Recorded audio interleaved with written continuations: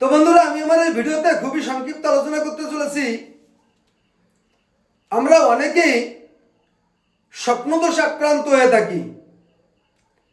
এই রোগটি খুবই বাজে রোগ।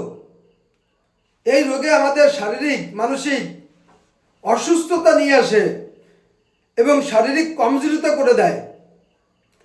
তো এই রোগ থেকে আরোগ্য পেতে আমি একটি টোটকার কথা আলোচনা করতে চলেছি।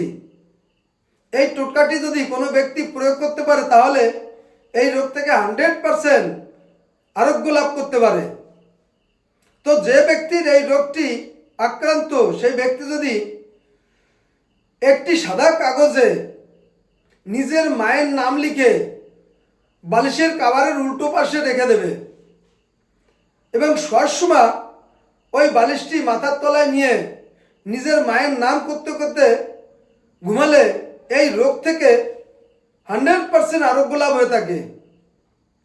এছাড়া কোনো ব্যক্তি যদি কালো ধূত্রের মূল তুলে এনে কালো কারে কোমরে এবং তাবিজে ভরে কোমরে ইউজ করতে পারে তাহলেও এই রোগ থেকে আরোগ্য লাভ হয়ে থাকে। তো বন্ধুরা, এই ছিল আমার এই ভিডিওর মূল সংক্ষিপ্ত আলোচনা। নমস্কার।